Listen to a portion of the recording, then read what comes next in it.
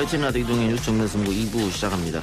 오늘 나온 뉴스들을 언박싱해드리는 기자 언박싱. 오늘은 주간 경영 방기용 기자 나왔습니다. 어서 오십시오. 네, 안녕하세요.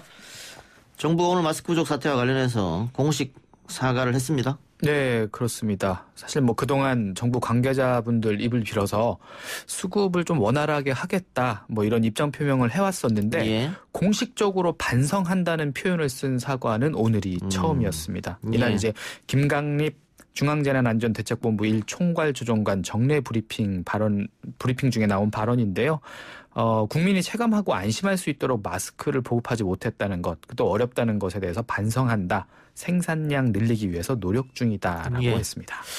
문자로 0203님이 마스크 사려다가 더 확산될까 우려됩니다. 어제 하나로마트 갔다가 사람들 줄 선 것 보고 깜짝 놀랐습니다라고 했는데 이런 걱정도 하실 것 같네요.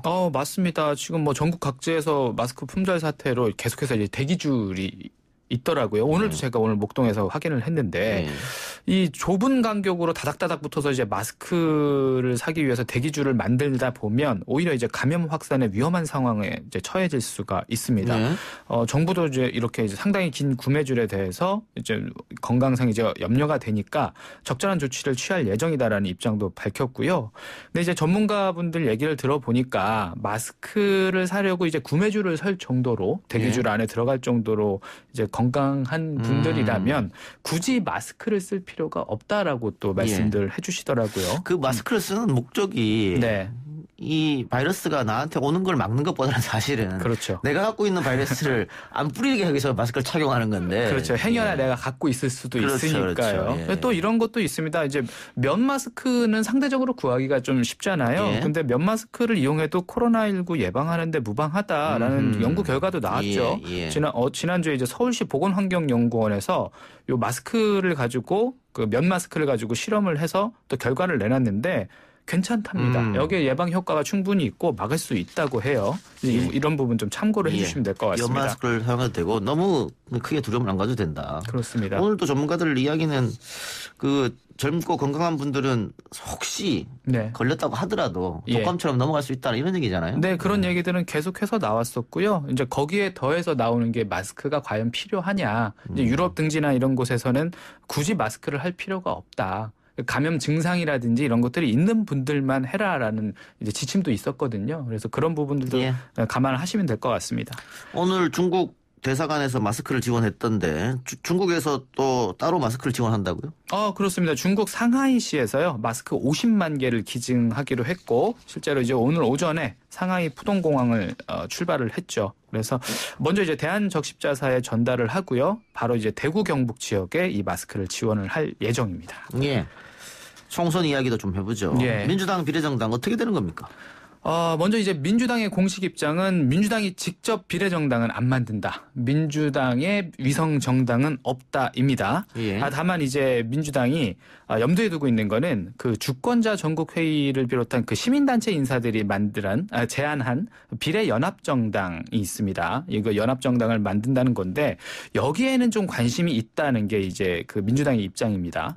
좀 배경을 보면 직접 비례민주당을 창당을 했다가는 역풍을 맞을 수 있거든요. 이제 그동안 했던 말들도 있고요. 그래서 외곽단체가 자발적으로 추진하는 연합정당 쪽으로 만들면 그래도 좀 비난의 화살을 좀 피할 수 있지 않겠느냐. 이렇게 좀 보고 있고요. 시민단체 연합정당 그런 것이죠. 그렇습니다. 여기서 말씀드리는 연합정당은 이제 이부영 전 의원, 함세웅 신부와 같은 진보 원로들이 주축이 돼서 만들어진 그 당이거든요. 그러면 이제 연합정당 안에는 민주당, 정의당, 녹색당, 미래당 이런 범여권 진보 정당들이 자당의 어떤 비례대표 후보들을 파견을 하는 방식입니다. 그렇게 해서 연합을 해서 총선을 치른 후에 당선된 후보들이 각자 이제 소속당으로 복귀하는 그런 방식으로 하겠다. 그런 모델인데요.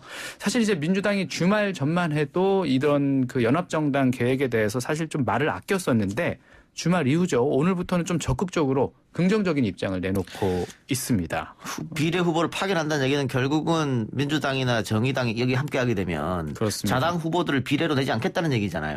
이쪽에 다 몰아주니까. 그렇습니다. 그래서 그렇게 되면 욕은 똑같이 먹을 것 같은데요. 결과적으로 이제 크게 달라질 것이 없는 상황이에요. 그래서 뭐 애써 도입한 연동형 비례대표제의 취지 자체가 훼손되는 것 아니냐는 이렇게 비판이 나오고 있는 배경입니다. 말씀하신 대로요. 예. 왜냐하면 정의당 입장에선 사실 뭐 민주당의 비례위성 정당이든 이런 연합 정당이든 결국은 이제 모든 게 이제 꼼수는 마찬가지다라는 그런 입장이거든요. 예. 이렇게 새롭게 진보개혁 진영의 파일을 만드는 게 아니고 있던 파일을 나누는 모양새이기 예. 때문에 이제 계속해서 비판을 제기하고 있는 상황이고요. 근데 게다가 같이 한다고 글쎄요. 정의당까지 같이 할지 모르겠습니다만 같이 한다고 했을 경우에는 누가 그럼 앞번호로 가냐. 그렇죠. 또 사람은 각 당에 몇 명을 넣을 것이냐. 네. 이거 치열하게 다툴 것 같은데요. 그게 참 문제인데요. 만약에 이렇게 한다고 하더라도 각 정당마다 이제 파견한 비례대표 후보들이 있을 텐데 우선 순번을 누구로 할 것이냐가 제일 큰 문제입니다. 근데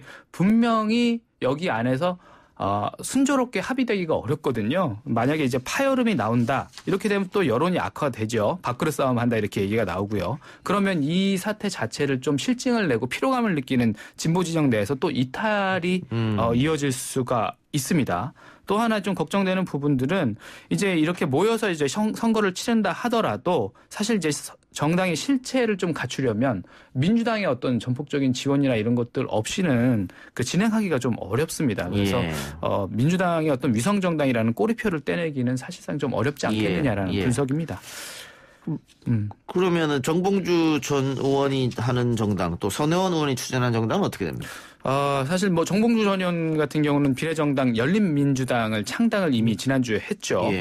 그래서 이 전략 자체가 민주당이 비례정당을 안 만들면 이제 그 대안으로 자기가 그 자리로 들어가서 그 원내 진출을 하겠다라는 전략이었는데 지금 만약에 민주당이 연합정당을 택하고 또 이제 연합정당이 실질적으로 출연을 하게 되면 정봉주 전 의원의 계획에도 사실상 차질이 생기는 것이죠. 그리고 또 손혜원 의원이 추진한 정당 역시도 실제로 어느 정도까지 추진될지는 모르겠지만 또 친민주당 계열 정당이라는 그 위성 정당이라는 또 한계가 분명히 있어 보이고요. 이 두 정당 자체는 계속해서 좀 논란의 소지가 있을 것으로 보입니다. 시민을 위하여라는 당도 창당하죠. 그렇습니다. 오늘 기자회견을 했죠. 그리고 최백은 건국대 교수, 우희종 교수가 대표로 있는 그 플랫폼 정당입니다. 그 시민을 위하여라는 이름이고요. 오늘 창당을 했습니다. 이제 이 분들도 이제 비슷한 취지예요. 진보진영 연합정당으로서 자신들의 역할을 하겠다라는 것인데 이게 선거 전에 하나로 합쳐지지 않으면은 오히려 민주당이 마이너스일 수도 있겠는데요? 그렇습니다. 이렇게 지금 뭐 본물 터지듯이 나오고 난립을 하게 되면 이걸 교통정리를 해야 되거든요. 그럼 또 결국은 밥그릇 싸움처럼 비춰질 수가 있고요. 지금 한 달 조금 더 남았습니다. 좀 두고 보죠. 안철수 국민의당 대표는 대구 현지로 내려가서 의료봉사를 하고 있는데 언론의 스포트라이트를 한껏 받았습니다. 그렇습니다. 그동안에 좀 좋지 않았던 이미지가 있었던 게 사실이죠. 마치 이제 뭐 초딩이다 뭐 이런 그런 별명까지도 좋지 않은 별명까지도 얻었었는데 일단 이번에 의료봉사가 신의 한 수로 비춰지고 있어요. 땀에 젖은 방역복 사진 이런 것들이 되게 좀 파급 효과가 큽니다. 우호 여론도 많고요. 응원 여론들도 계속해서 커지고 있습니다. 그러니까 뭐 댓글 좀 살펴봤더니 이런 모습 그대로 유지한다면 다시 응원하겠다라는 분들도 나오고 있고요. 사실은 직접 의사가 내려가서 이렇게 그 봉사활동 하는 것 자체가 이제 다른 정치인들이 마스크 쓰고 뭐 허공에 소독제 뿌리고 하는 그런 모습들하고는 사실상 좀 다르고 차원이 좀 다르죠. 받아들여지는 느낌이 좀 다르기 때문에. 그리고 또 이제 안철수 대표가 봉사 시한을 정하지 않고 계속해서 하겠다 이랬거든요. 그래서 일부 언론에선 이제 좀 안철수 바람이 사실 늦바람 부는 것 아니냐라는 분석 기사도 나오고 있는 상황입니다. 근데 국민의당이 지역구 후보 내지 않고 비례 후보만 내기로 했지 않습니까? 그렇죠. 그러면 미래통합당하고 사실상 선거연대다 이런 분석이 있더라고요. 그렇습니다. 이제 뭐 현실적으로 보면 지역구를 내지 않는다는 것 자체 그거는 좀 반문 선거 연대가 이루어진 셈입니다. 그러니까 안 대표가 직접 지역구는 야당을 찍고 그리고 비례는 국민의당을 달라 이렇게 좀 언급을 했었죠. 이게 반문 선거연대를 이렇게 이루게 되면 결국 이제 접전 중인 수도권 선거 구도에 상당한 영향을 끼칠 수가 있습니다. 그렇겠죠. 뭐 5% 정도 차이를 가지고 이제 지지율 가지고 계속해서 투표율 가지고도요. 득표율 가지고 싸우고 있는 상황인데 여기에 후보를 내지 않는다. 이거는 또 미래통합당 쪽에 유리하게 영향을 미칠 수가 있는 상황입니다. 또 선거 끝나고 그러면 통합하는 거 아니야? 뭐 이런 이야기도 나올 수 있고. 그렇습니다. 뭐 통합당 측에서는 지금도 안 대표 측에다가 통합 러브콜을 보낸다고 하고 있죠. 일각에서는 뭐 안 대표에게 비례대표 지분 일부를 보장하는 방식으로 통합을 타진해 보는 방안도 뭐 고려해 두고 있고 염두에 보고 있다라고 하는데 일단 안철수 대표 측은 지금은 아니다. 지금은 뭐 이렇게 통합할 생각이 없다라고 이제 선을 그어놓은 상태입니다. 근데 일부에서 뭐 이렇게 분석하시는 분들도 있어요. 안 대표가 국민의당으로 총선을 치러서 당선시킨 비례대표 의원들하고 함께 나중에 이제 통합당에 합류를 해서 이게 나중에 어차피 이제 안 대표 같은 경우는 대선을 준비하고 있지 않습니까? 그래서 대선을 겨냥해서 준비를 할 때 통합당 내 지분 확보에 나서겠다. 뭐 이런 구상이다라는 분들도 있습니다. 이건 하나의 분석입니다. 하나만 더 맞히죠. 코로나와 직장 갑질이 무슨 상관인지 모르겠는데 코로나19로 갑질에 시달리는 직장인 분들이 많다. 무슨 얘기입니까? 코로나로 이제 매출 타격을 입는 업체들이 늘고 있는 건 사실입니다. 그런데 이제 회사가 어려우니까 매출이 안 나오니까 직원들의 어떤 급여 삭감부터 시작을 한다는 거죠. 먼저 기본급을 회사에 일정 부분 기부를 해라. 좀 강압적이라는 게 문제입니다.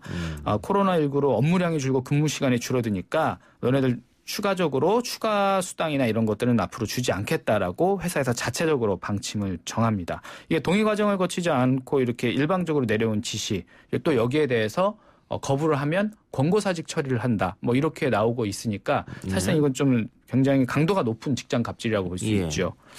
글쎄 그러면 대기업에서는 이렇게 하진 않을 테고. 아무래도 이제 그런 것이죠. 목소리를 낼 수 없는 구조에 있는 중소기업이라든지 영세업체에서 뭐 5인 이하 사업체라든가. 그렇습니다. 그렇게 되면 반박을 할 수가 없으니까요. 그래도 월급을 깎겠다.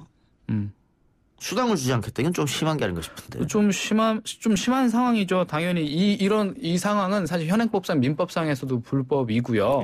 이번에 고용노동부에서도 그 지침을 만든 게 있습니다. 이게 고용노동부에서는 사업주가 자체 판단으로 근로자를 출근시키지 않은 경우에 또 다른 이유로 휴업을 하는 경우에는 사업주가 휴업 수당을 지급하도록 명시를 해놨거든요. 이 사례들도 코로나19 때문에 지금 대응 지침이 나왔는데 안 지키고 있는 거네요. 그렇습니다. 고용노동부가 코로나19 예방 및 확산 방지를 위한 사업장 대응 지침을 내놨습니다. 그런데 이걸 정면으로 거스르고 있는 것이죠.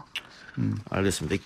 당국에 신고하고 이럴 때는 또 직장갑질 119라고 시민단체 있지 않습니까? 맞습니다. 그쪽을 통해 상담이나 법률 지원 받는 것도 방법이 아닌가 싶습니다. 네, 지금 말씀드린 것들이 직장갑질 119에서 상담한 내역들입니다. 그렇군요. 알겠습니다. 오늘 기자 언박싱은 여기까지 듣죠. 지금까지 중앙경향 방기훈 기자였습니다. 네, 감사합니다.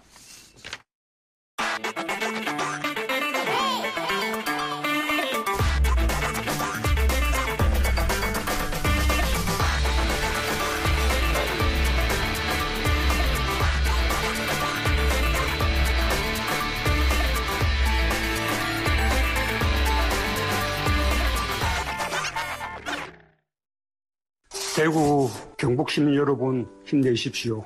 우리는 코로나19를 충분히 극복할 수 있고 반드시 이겨낼 것입니다. 정부도 국민도 모두가 대구 경북과 함께 하고 있습니다. 국민들이 어찌됐든 질본에 지금 나름대로 고마워하는 부분들이 있는데 몸 상태는 좀 어떠신지 체력적으로 좀 버텨나갈 수 있는지 좀 여쭙고요. 저희 방역대책본부의 직원들이 업무에 부담이 크기는 하지만 잘 견디고 잘 진행하고 있다. 그 정도 답변 드리겠습니다. 힘을 내라고 말해줄래. 그 눈을 반짝여 날 일으켜줄래.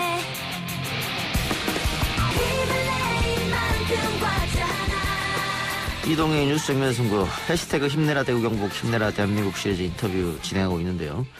전국 각지에서 대구 경북을 향한 응원의 목소리가 많이 나오고 있습니다. 최근 광주 광역시는 5월 단체 시민사회 등이 함께 모여서 코로나19와 힘든 사투를 벌이는 대구를 돕기 위해 대구 지역 코로나19 경증 확진자들을 받아들여 치료하겠다는 특별 담화문을 발표했습니다. 이 특별 담화문을 함께 발표한 5.18 민주유공자 유족회 김명훈 회장 연결해서 이야기 나눠봅니다. 회장님. 네, 안녕하십니까. 네, 안녕하십니까. 자, 이번 광주 공동체 특별 담화문은 어떤 계기로 해서 참여하게 되신 겁니까? 네, 시장님이 이용섭 시장님요. 예. 이 대구를 이렇게 대구가 병실이 없어가지고 예. 많이 지금 자가 격리하고 있지 않습니까? 예. 사망자도 많이 늘어나고 그래서 강주에는 아직 그렇고 크게 발생되지 않기 때문에 예. 병실이 남아있는 병실을 한 대구의 분들을 모시면 어찌냐. 강주 시민 제야 또 각계 대표들을 자리를 한번 가졌습니다. 그래가지고 거기에 전체가 강주 시민 및 강주 제야나 각 단체 대표님들이 찬성하는 계기가 됐습니다. 혹시 반대하신 분은 안 계셨습니까? 반대는 제가 알기는 한 50개 단체가 그러는데요. 반대는 사람은 없었습니다. 왜냐하면 같이 선상 어떻게 해야 되는 간에 병실도 강주에 지금 있기 때문에 예. 또 시장님이 설명을 잘 하였습니다. 그래서 예. 반대신 분들은 없었습니다. 예. 근데 오늘 광주에서도 확진자 2명이 나왔고, 예, 그렇습니다. 예, 대구에서 확진자들을 데리고 올 때, 또 이거 혹시 감염이 광주에 좀 번지지 않을까 이런 걱정이 좀 있을 것 같기도 한데요. 그래서 시장님이요, 그걸 대구에서 모시고 오면은 가족은 불어하고, 당사자만 데리고 오시고, 강주에, 그리고 강주에 병실이 약 130개 정도 있더만요. 120개에서 130개. 예. 그래서 강주에서 한 60개 정도 대구분을 모시고 또 나머지는 강주에 앞으로 상황이 변동될 수 있으니까 그거 놔두고 또 제2의 차선책도 마련하고 계시더라고요. 시장님께서는. 그렇군요. 그래서 크게 염려할 것은 아니라고 생각합니다. 예. 근데 물론 다 그런 건 아닙니다만은 간혹 가다가 이 TK 쪽에서 광주 민주화 운동을 폄하하고 뭐 이런 발언도 있어가지고 이게 이런 결정을 할 때 좀 고민이 있지 않을까 싶어서 그랬는데 50개 단체가 단 한 곳도 반대를 하지 않았다니까 박수를 보내드리고 싶네요. 근데 제가 생각에는 TK 일부 그래 보수 세력들이 하는 거지. 대구 시민 전체는 그렇게 생각 않고 있는 저희들 입장에서는 일부 보수 세력들이 대구란 그 도시가 본래 제일 어떻게 보면 진보 도시였어요. 우리 역사적으로 봤을 때. 그렇지 않습니까? 그래서 저의 생각에는 일부라고 생각합니다. 그것을 일부 사람들이 5.18도 편애하고 그런 거지. 제가 보면 90% 이상은 80-90% 이상은 대구 시민들 그러지 않을 거라고 생각합니다. 예, 맞습니다. 예. 자, 근데 광주 지역은 어떻습니까? 오늘도 확진자가 좀 늘고 해서 시민들이 좀 불안할 것 같기도 한데요. 그런데 지금 두 분이 양께서 근데 좀 그것은 그래도 이제 지금 역학조사를 하고 계신데요. 광주시에서. 예. 제 생각에는 그렇습니다. 이 종교단체나 이 다중 시설을 좀 종교나 이런 데 자제를 좀 해줬으면 좋다고 생각하거든요. 제일 또 이번 3월 달에 해외 모임이 있는데 시설 다 시켰거든요. 좀 그런 걸 정부의 차원에 이해를 해보는 좀 협조를 해줬으면 감사드린다고 생각합니다. 예. 교회 같은 모임이라든가 이런 걸 좀 자제해달라 이 말씀 같고요. 예. 알겠습니다. 유튜브로 청취자들 댓글 좀 읽어드리죠. 우마마님께서 광주 시민들의 시민의식 정말 멋집니다라는 의견 주셨고요. 작가주님께서 맞습니다. 회장님 광주 모독하는 대구 경북 사람들은 일부입니다. 또 동욱이맘 지연님께서 제가 이상한가 봅니다. 회장님 인터뷰에 왜 이렇게 눈물이 나는지 모르겠습니다라는 의견 주셨습니다. 문자로 7911님께서 지역 감정은 정치권의 프레임일 따름이었습니다. 광주 멋집니다라는 의견 주셨네요. 예, 또 이렇게 광주에서 멋진 결정을 해주셔서 우리 국민들도 또 광주를 다시 보게 되고 또 다 박수를 보내드린 것 같습니다, 회장님. 감사합니다. 예, 저 대구 분들에게 어떤 지금 어려움을 겪고 있는 대구 경북 분들에게 어떤 말씀을 해주고 싶으십니까? 저는 그래요. 지금 대구와 경북에 계신 분들이 저희들의 어떤 어려움도 제 대한민국 국민은 다 이겨왔거든요. 예. 일제 시대에도 그랬고 그래서 이번 대한민국 국민 대구 경북을 떠나서 대한민국 국민들이 전체가 이번 코로나19를 다 이겨낼 겁니다. 좀만 참고 힘내시면 됐다고 생각합니다. 예. 개인적 입장에서는. 예, 알겠습니다. 회장님 오늘 인터뷰 고맙습니다. 네, 감사합니다. 예. 즐거워하십시오. 예, 감사합니다. 감사합니다. 예, 지금까지 5.18 민주유공제주회 김명훈 회장이었고요. 이 광주에서 경증 환자, 대구 경증 환자를 받겠다 이것뿐만이 아니고요. 지금 광주에 계셨던 의사 또 간호사 분들도 달빛 의료진이라고 해서 대구에 많이 파견 나가 있는 상태입니다. 고생하신 의료진들에게도 박수를 보내드리겠습니다. 1, 2부 순서 마치고요. 저는 뉴스 듣고 6시 10분 3부로 찾아뵙겠습니다.